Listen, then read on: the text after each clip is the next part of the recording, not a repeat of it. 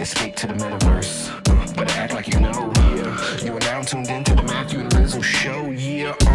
Escape to the metaverse. Better act like you know. Yeah. You are now tuned into the Matthew and Rizzle show. Yeah. Escape to the metaverse. Better act like you know. You are now tuned into the Matthew and Rizzle show. Yeah. Escape to the metaverse. Better act like you know.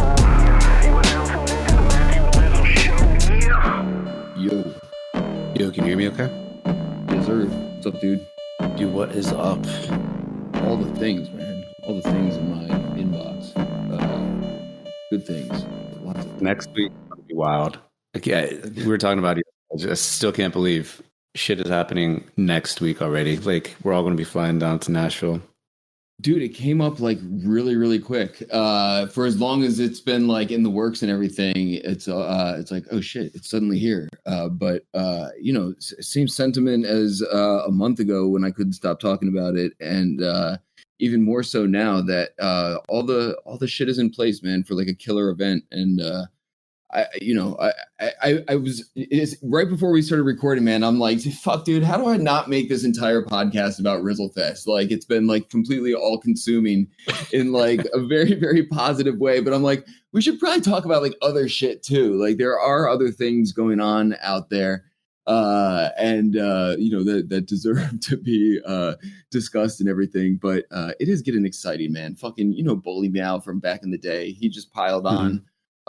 He's going to be performing before Kane Mayfield on the final night and everything. And I'm like, dude, this is, it's got a lot of like things that we didn't have last year that I think are really going to level the whole experience up and everything. So I'm just excited, man.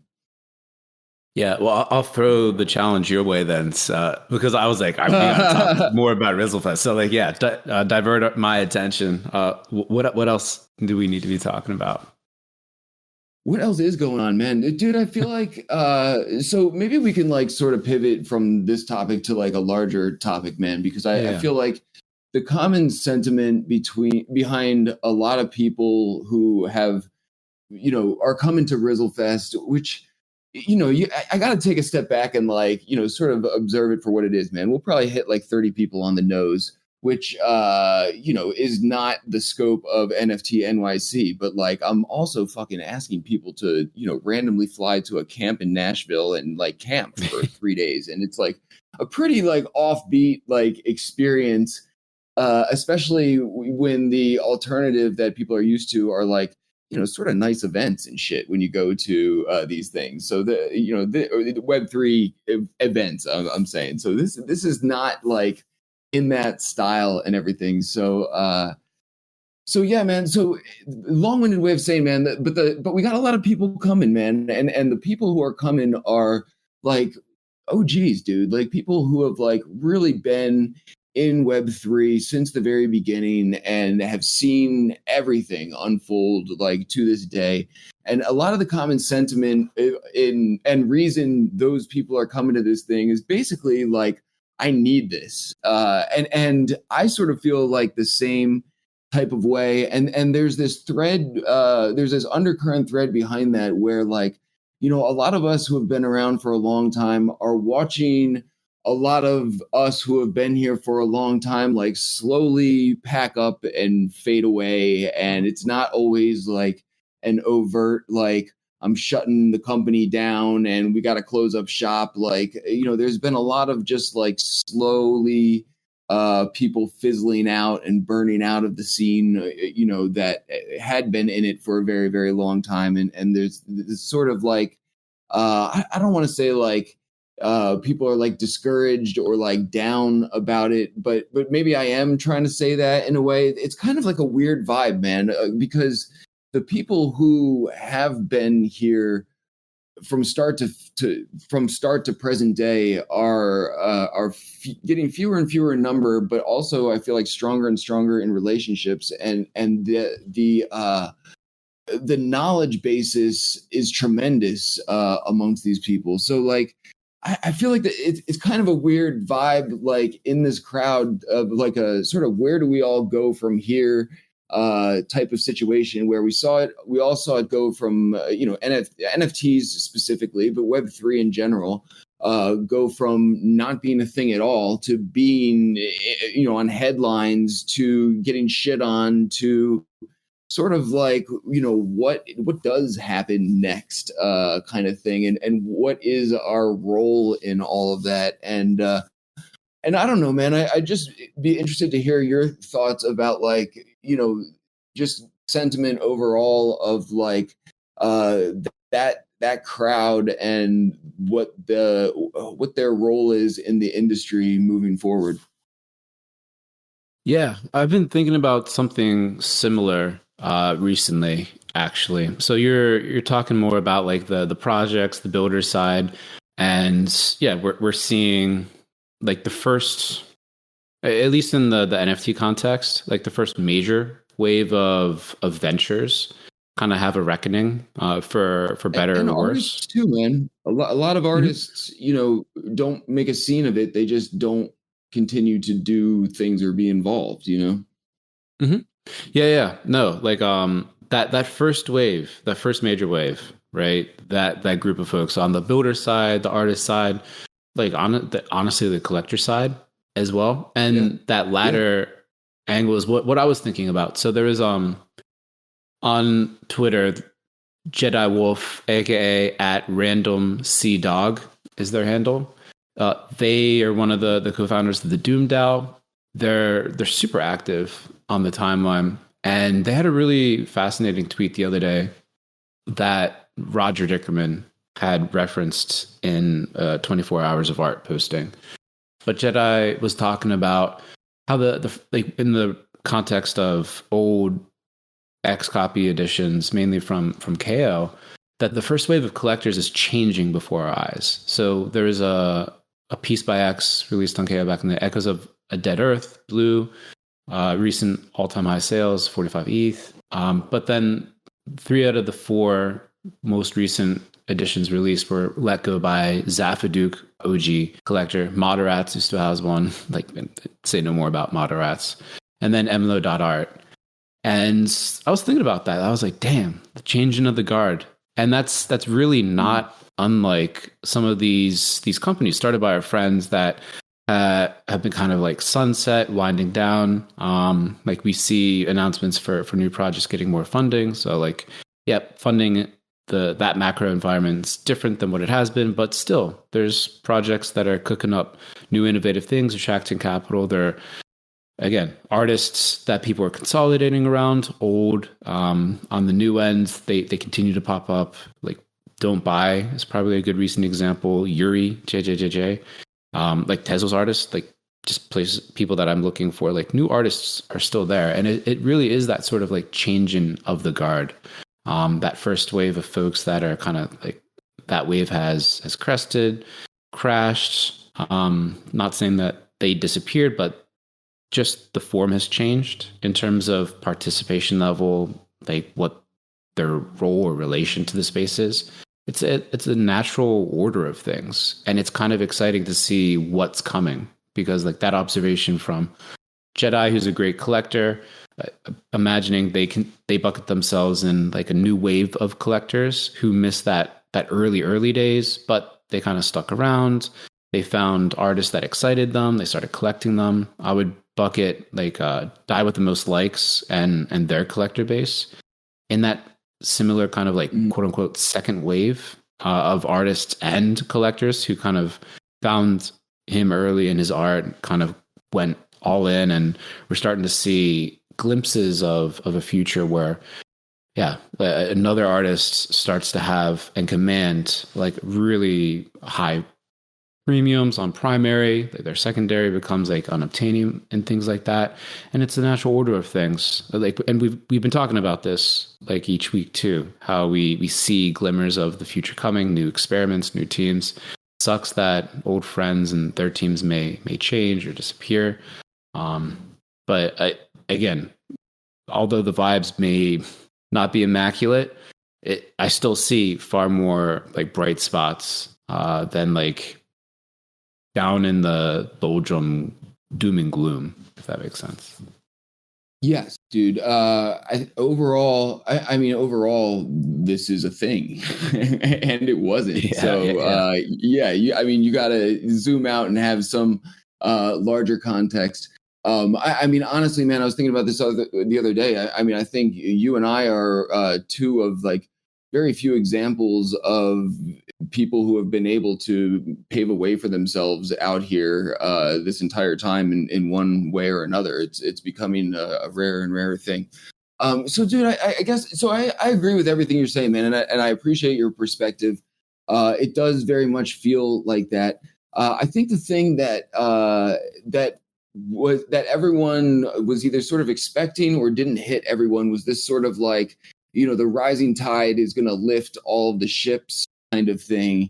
It sort of feels like the second wave sort of happened completely independently of the first wave and didn't really like absorb or affect the first wave in a lot of ways. It almost like is a different wave pool or whatever analogy we're fucking getting on.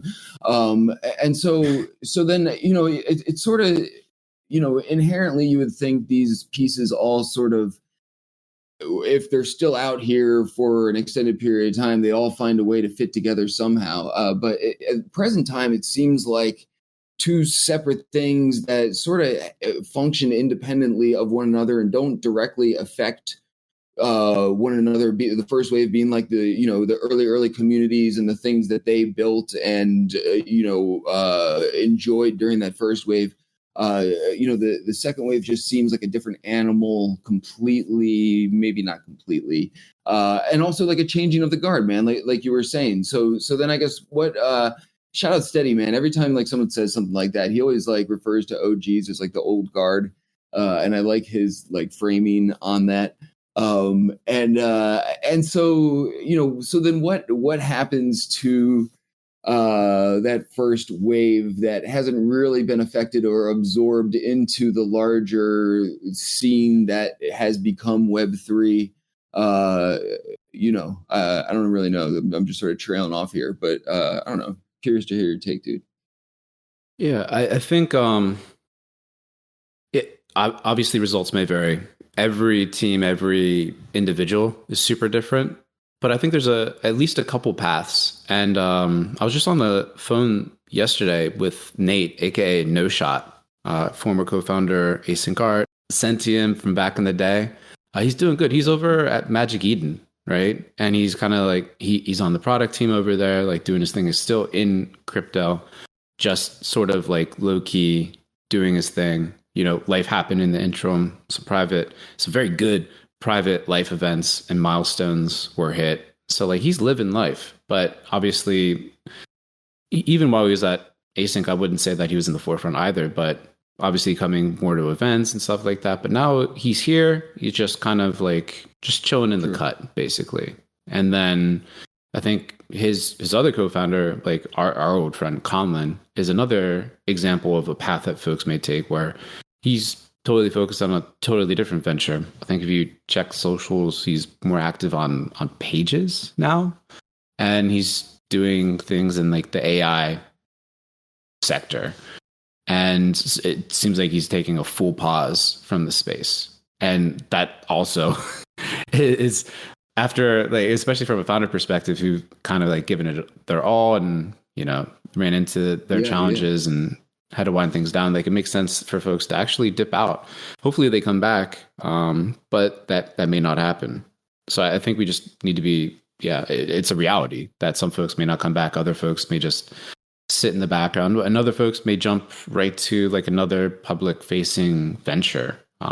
Just because there are new projects out there, all the experiences that were accrued in that former venture, like that's valuable. That is super valuable to new teams so that they don't do the same mistakes, or so that better paths can be suggested and stuff like that. Again, I just see it's like, again, the natural order of things. People will be dispersed. Some people for their reasons will stay, will dip.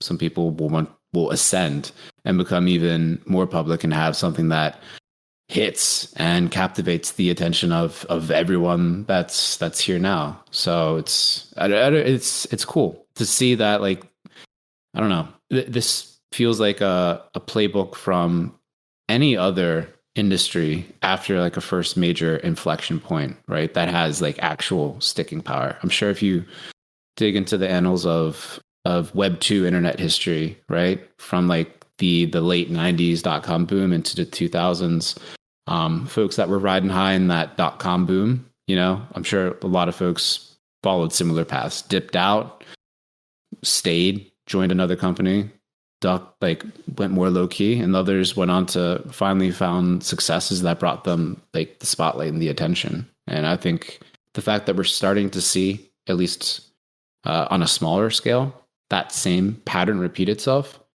that gives me more confidence that, hey, this whole industry at large is on that similar path. And again, there's a lot of people say we're building the new internet, so there's probably a lot of corollaries there. No, this is good, man. And I think, you know, you got to zoom out and, you know, look at how it compares to other, like, you know, major happenings like the internet, et cetera. So give me your thoughts on this, man. So, you know, I'm thinking back like to the whip last week with Jin. And, you know, obviously shout out Jin. And man, you know, dude he like really crushed, man. Like, and I think like it sort of dovetails in what I'm like trying to scratch at here, as far as, you know, Jin has a fucking vision, right? Like he is excuse me, you know, all in on, you know, decentralization, you know, open source. The file over app concept was new to me as a defined concept, but I was like, well, if that doesn't fucking sum up like a lot of the sentiment for a lot of the people out here in terms of giving people ownership of, you know, their stuff, you know, that's like right on the nose with like a lot of the things that he preaches and has for a long time.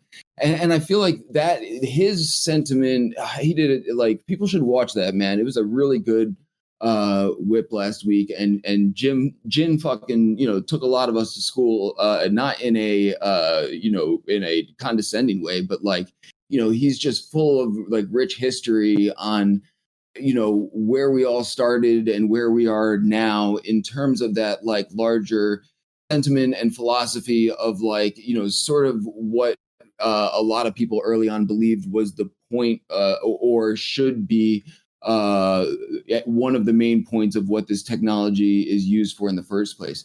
And that to me seems like what it seems like the divide on that front between like wave 1 and wave 2 is like significant, man, and like feels almost insurmountable at times, because, you know, here we have expanded rapidly as an industry, and you know, all this money has flown in.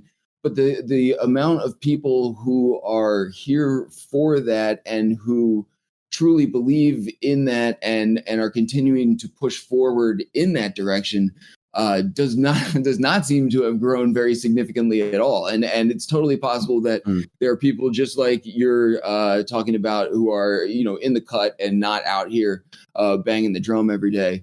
However, man, I feel like that's one of the big inherent differences. And one of the reasons that those two waves haven't really melded in some way is because there's like an inherent like philosophy difference in terms of like, you know, why some of these people are here and what they're here for. And I don't know. And those people who are here early on, you know, Jin's camp, people who like Jin, people who have heard of Jin enough to care about like, you know, what he stands for, you know, how to take steps forward from this point, you know, in that larger direction vision, when it very much feels like those people are, you know, pretty much as much on their own to figure this shit out as they were in the first place, despite all the stuff that we thought was going to help propel that forward. It seems to have almost been obfuscated more than anything. Yeah, I think within the specific context of like virtual worlds and metaverse building and that whole thing, yeah, that just like that is a tough sector to keep charging forward in. Folks are still here, and I think people are trying to, like, everyone, like folks that have been building for years and years, new entrants, although not, yeah, that they're fewer than other parts of that NFT land. But yeah, everyone in that space that sort of had early speculation based kind of a partial fit, now trying in search of a better, more sustainable fit. Yeah, I think everyone's just trying totally new approaches. I personally believe that the gospel that Jin preaches is that better approach for a more sustainable ecosystem in our neck of the woods when it comes to the metaverse.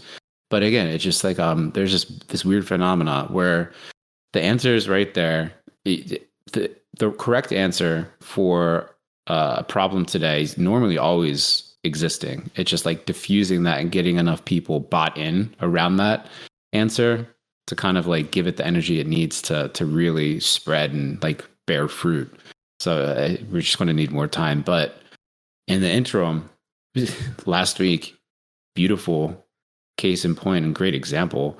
Keep championing those people that have strong opinions about cool things that people care about, even if not like a ton of people, and keep championing them so that hopefully eventually it clicks. I know you brought this up after the fact. It could be totally independent, right? It could be total coincidence. But the fact that we had that whip last week, and at least on my timeline, I hadn't seen like Ben from CryptoVoxels tweet or say anything. And he came out with like a manifesto or like a new version of the building manifesto from CryptoVoxels perspective, right? So again, like champion good stuff, and that triggers things, hopefully for better. And it's, yeah, last week I think is an example of that. And we've been doing that for like 5+ years. Just keep doing that and see what comes about as a result. Dude, I mean, I feel like, you know, as a decentralization maxi, man, it's just always felt like the inevitable course of events, because once people understand it, like people want to access shit and they want to own their shit. It's like pretty, like, you know, straightforward, even though the path to getting there is challenging. But dude, you know what? I didn't realize Jin and Ash from Hyperfi were in cahoots together working on stuff until he mentioned it on the whip. And I'm like, dude, that is a fucking combination right there. And and you love to see it, man. I feel like that has been a challenge across the early innovators in Web3, in that a lot of us were sort of, I think a lot of the commonality was that a lot of people who were here very early were inherently fiercely independent and willing to take risks on their own. And you almost had to be like that, have that sort of mindset in order to get there. And so everyone is sort of like doing cool things together, but in their own bubble kind of thing. So people joining forces, man, I feel like we need more of that, especially like among the people who, you know, have this sort of greater vision in mind. Because if there's one thing I've learned, man, and you do a great job of explaining the other side of the coin, both in this podcast and a lot of the time, man, is that you know, there's room for everybody and a lot of people with a lot of different purposes and reasons for being in Web3, and none of them are necessarily inherently better or worse than anyone else's. But I do believe this larger vision that was more prevalent early on is a thing, and is a desirable thing that a lot of people just don't realize that they desire. And so yeah, man. And so how to keep pushing that forward, dude? I feel like we do our job, man, and we do our part. We got a fucking drum and we bang the shit out of it. as much as we can, and rightfully so, man. But man, you wish there were some other people. Shout out. There are other people, man. Fucking Cheddar Queso. I don't know if you saw their mashup that they made. Paradox was out from the whip last week, man, and we were like, yo, we need a fake Paradox. Was just hoping someone would hop in and snap some pictures, which happened and was dope. I think Easy played Paradox, but man, Cheddar Queso came out of nowhere with like a dope mashup, incorporated Dragonate's birthday song, and you love to see stuff like that, man. And I think for me it comes back to I have such like tremendous respect for like so many of these early innovators for being so forward thinking in the first place that you just love to see other people just pile on as like super fans of like all the cool shit that's been happening for so long. Man, if you can remind me of the name, more power to you, man. It's slipping me when we were in Crypto Voxels and we had them on the whip, and it was someone who was a later entry in the space, but had sort of Elevated Pixels. Yes, dude, and they had sort of found a lot of the early artists shit like organically and like, we're talking about, learning about them in real time and walking through their builds and crypto voxels and everything. And was just, sort of red pilled themselves on the whole scene just by finding it and getting involved in it. And I'm like, man, like we're cool, dude. I firmly believe we're fucking cool. And not you and me. I mean, you and me, but like our community and the people who are on the cutting edge here are inherently fucking cool and doing really cool shit. And my kid gets it, man. And my kid is cool. And I'm like, we just need to get more people to appreciate the shit that is really cool about it, because I feel like not to say we're cooler than the second wave. They got cool people. You named a bunch of them and everything, but we're pretty fucking cool, man. And we're on like a different sort of track than everybody else.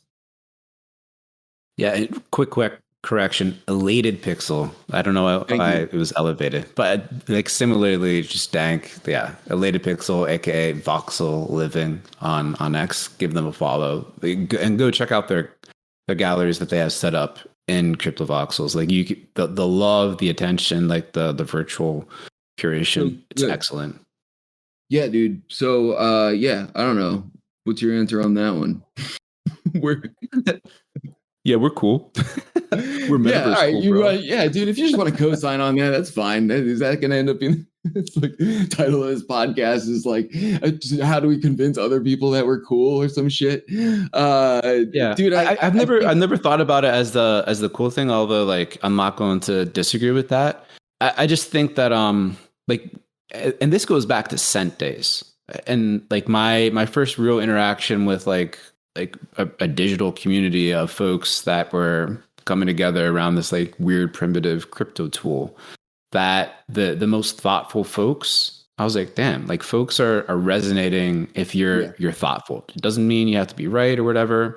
Thoughtful, and that you can be thoughtfully like future forward looking, you can be thoughtfully like innovative, but as long as there's that thoughtfulness behind the interaction, and you can just be a thoughtful reply guy or gal, like that thoughtfulness goes a long way. And on any given day, what you say or do publicly like may not feel like anything revolutionary to you, but the impact that like thoughtful interactions can have, like the ripple effects, it's crazy. Like an example that it always tickles me, and Roger reminds me of this from time to time, but like Roger Dickerman, one of the reasons why he came into the space, started collecting and stuff like that, was from, I don't know if it was the actual post or like the year anniversary of an article that I put out around the time that I collected originally the St. Nakamoto piece by Da Vinci and A Lot of Money. Like that event was what kind of brought him into the whole space writ large, right? And it was like, oh shit, I never would have thought that could have been the case. But these like digital, thoughtful, bright moments, if you will, that erupt on chain from time to time. Damn, man, they have this ripple effect, and that's what has always had me the most excited. Whether we call that or categorize that as cool or not is one thing, but it's impactful, and that impact can't be not denied. And I think that's what people should focus on, like the impact that you leave, and that's what I would say we are, impactful. Yes. I like that. No, dude, I do, man. I like it a lot. I don't think it's a cool. I think part of it too, man, is that we're like so deep in the rabbit hole, man. You know what I mean? The thing that Wave 2 has gotten way more right than Wave 1 was. I don't know if we've hit like mass adoption or like whatever that point is or whatever, but like serving up something that's like way easier to understand than the type of shit that we're involved in, and making it's stupid simple to interact with NFTs and grok what one is. We were like so far in the rabbit hole, when Wave 2 even started to even like, reel it back in at that point. And I think I can speak for myself, but probably for others as well, that, a lot of the Wave 2 stuff seems like, trivialize a lot of the really, more techie stuff that everyone had been experimenting with at that point at the time, who had been around for a while and everything. And so there's sort of like weird, and we've only gotten worse in terms of like needing to hit the learning curve in order to understand the shit that we're about and the context that we have seen everything in Web3 and everything. Shit, man, what was I gonna say? So saying that to say, I don't think it's cool either. Dude, we just need to bring back OG Scent, man. I feel like we just keep coming back to this, and I feel like now would be a perfect time, man, because no one would give a shit at all. Like, you know what I mean? If it was around in like 2021, it might have gotten like really fucking weird and collapsed in its own way, if it had hit a hype cycle and whatever. And but now I feel like it would feel just like early days, man. Like 30 people would come back. They'd all be really smart. They'd have thoughtful shit to say. They get it. But this is also, it feels like this is what's been lacking for a really long time, is some sort of collective forum that people can count on interactions like that. And Warpcast is kind of scratching in that territory. It feels like the best we've got at the moment. It's not perfect, but Scent never was either. But I feel like that, like some sort of, Twitter just sucks so bad, man. And I feel like really the community sort of having that forced migration there and everything ending up being so fragmented, like, didn't do us any favors in terms of being cohesive and, sticking together on any sort of like collective vision or anything. Yeah. I mean, that would... back in 2020 when we had that Scent 2.0 release, I was just like, fucking, and so many other folks were like, just roll it back. Just roll it back. Like half of me is just like, let's just play it back like that, the original version, see what happens. But yeah, I don't know. I personally, I see and get it. I just don't see that happening. And I know, like, even if it did come back, it would feel different because it's been so long, and there's been things happening at Scent. It's just like a totally different wave of bots. I have no idea who's even using it anymore. So that's like a whole thing. No, we don't need like, that specifically, but that we need that vibe. You know what I mean? And I don't know. What's your take?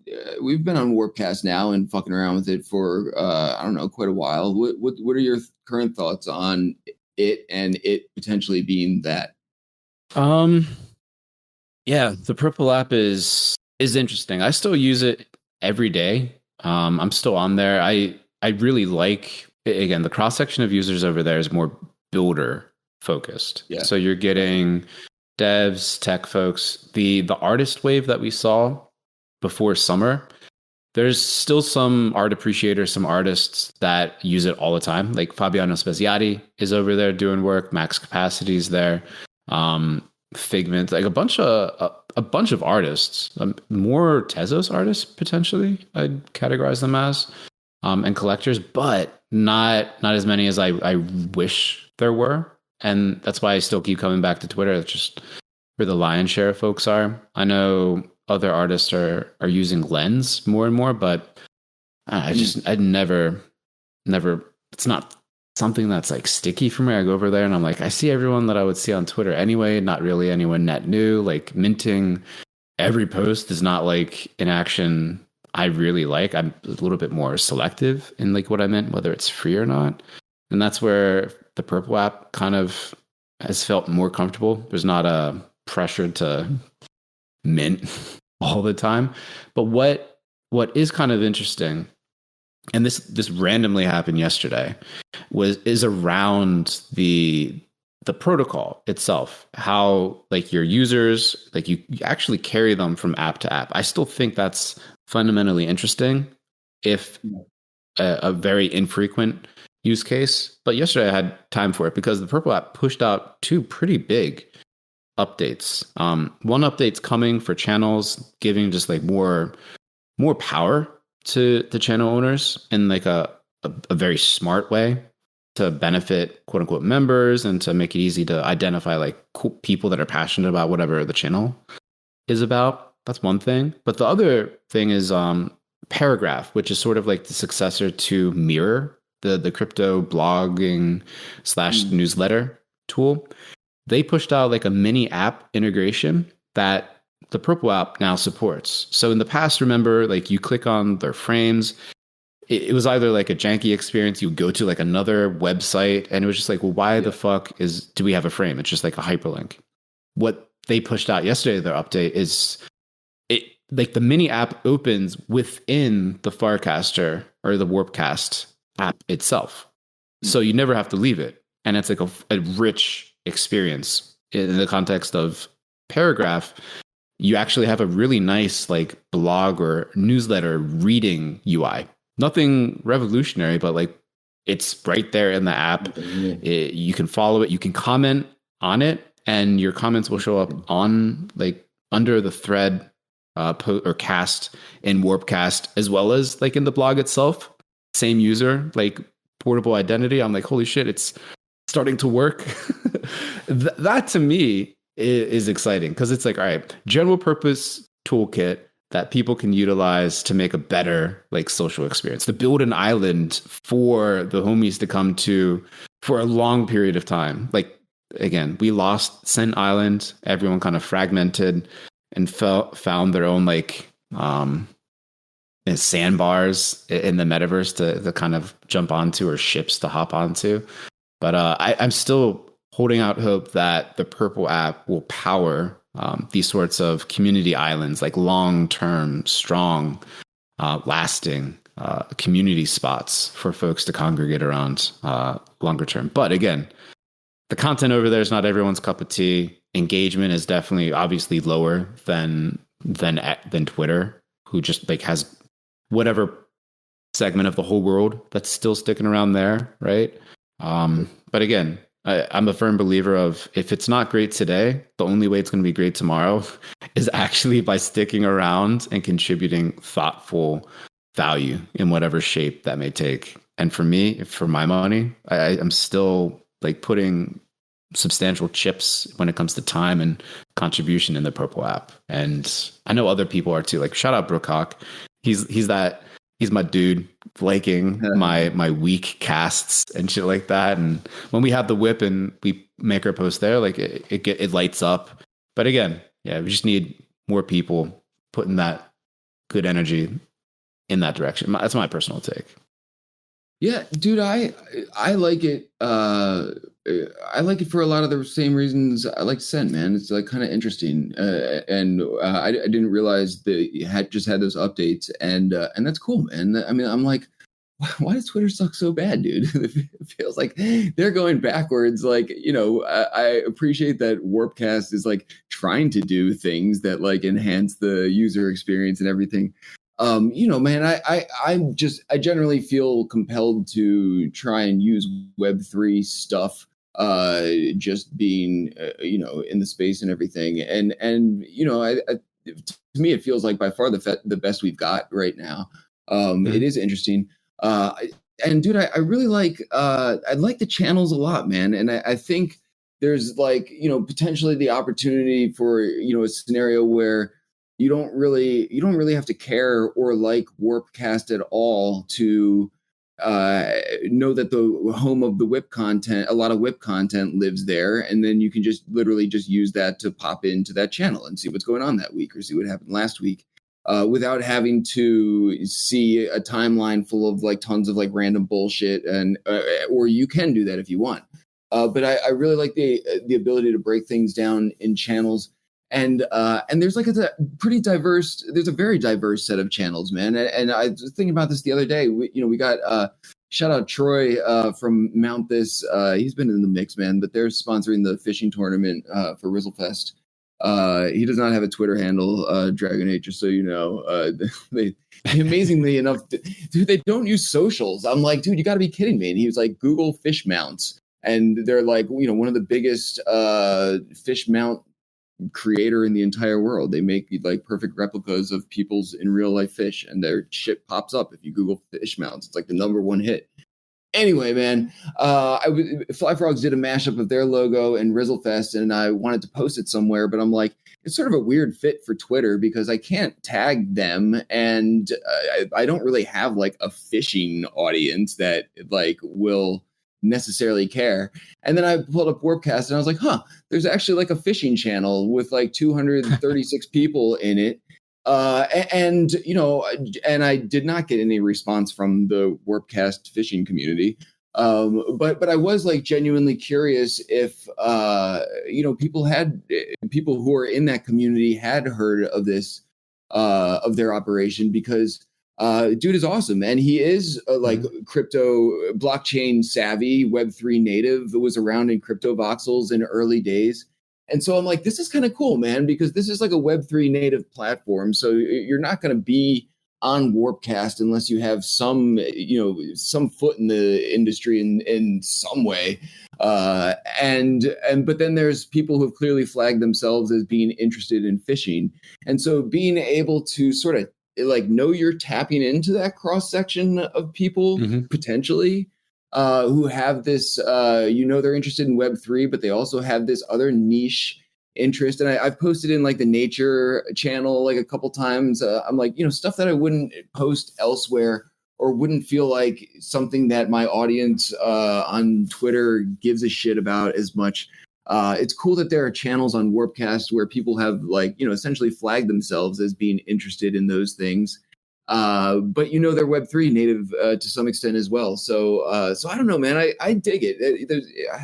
I see a lot of flack for like a lot of reasons, but if there's anything I've learned from being around for a long time is that like all of our shit is jank and not perfect in one way or another. And a lot of it is dealing with the best we got. If you want to, continue to try and, propel the vision like we were talking about earlier. And I don't know, it checks a lot of boxes for me. Yeah. And you said potential a few times, and that's how I think about it. It's just like a high potential kind of project, and like multiple projects, because there's the protocol at root, other people building stuff on top of it. There's this like social graph that you can take with you, and other projects that are leveraging the social graph too. Like what I was talking about with Paragraph earlier, I was migrating posts from Mirror over, and it was just like, it was the simplest thing. All the posts from Mirror seamlessly updating on Paragraph. And it's like, all right, well, in the context of social too, it's like blogging, newsletters is one type of social.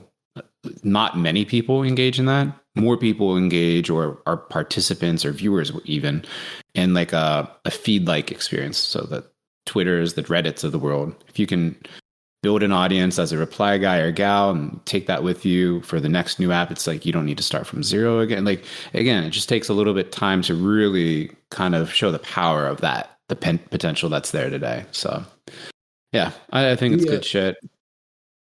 But I got to jump at top of the hour too. Just a quick interjection. Yeah, yeah. Okay, dude. Yeah, I know you got like more important things to do than listen to my ramblings. No, I'm just fucking around with you. No, Dude, I have to jump as well. I wish I didn't. No, dude, dude, it checks a lot of the nerd boxes that were the reason I came to Scent, man. I was when I started on Scent, I was essentially just a lurker and would comment here and there and everything, but the nerd factor there was high, and I appreciated the conversations and seeing what people were working on. And that's definitely, I'm not, like you said, man, engagement is just way higher on Twitter, whether you like it or not, or it sucks or not. Like, you can just get your message across and way more people will see what you're trying to say. And then you got to sort of work the algos so you don't say too much and then it fucks you for a day or like whatever, all this shit. Mm-hmm. But the nerd factor with Warpcast is high, man. And being there and being in the mix while just sort of seeing the iterations of it and just like exactly what you were talking about. That's what like I really drew me to Scent. Yeah, man. So I feel like I'm sort of there for like different reasons, which feels good, man. It's a nice change of pace. I am also pretty much on it every day. And you know how I roll, dude. If it didn't capture my attention, I just would not just keep doing it. So it says something, not a whole. It takes a lot to capture my attention for an extended period of time in this space. So dude, fucking good, dude, we did it, man. I feel like almost the entire time this was only like 15% like Rizzlefest.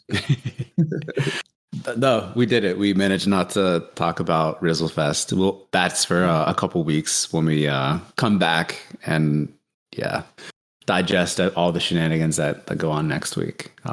Until then, it doesn't matter. Everyone's too late to come anyway, pretty much. Gotta if you're listening to this, tickets in the stash for the homies, but like you missed the bus. Exactly. Oh, actually, we're putting up vinyl stickers on the bus. So I got to post on socials if you want to get on the bus. You can still kick us $100 and you'll be there in spirit. But otherwise, y'all pretty much missed it. Get the recap next time. Better luck next time. Yeah. And for folks listening at Fox Yoga's listening party today, make sure you show up to the whip tomorrow. We got Ludovica, the 01 crew, and then Better Giving is coming through Chauncey St. John. I think I have that right. And then Paradox is putting together a gaming course. Could be Nifty Island, could be Hyperfi. Stay posted on that. Oh, yeah. Should be a good one, man. Boom. And then last whip until October 10th. So exactly. Come hang out. Come through. Let's go. All right, brother. Later, dude. See you tomorrow. Peace. Thank you. Yeah, what up, Drizzlet? Thank you, Dragonate's mom. See y'all at the whip tomorrow. And then hopefully Rizzlefest next week. I know Dragonate's coming.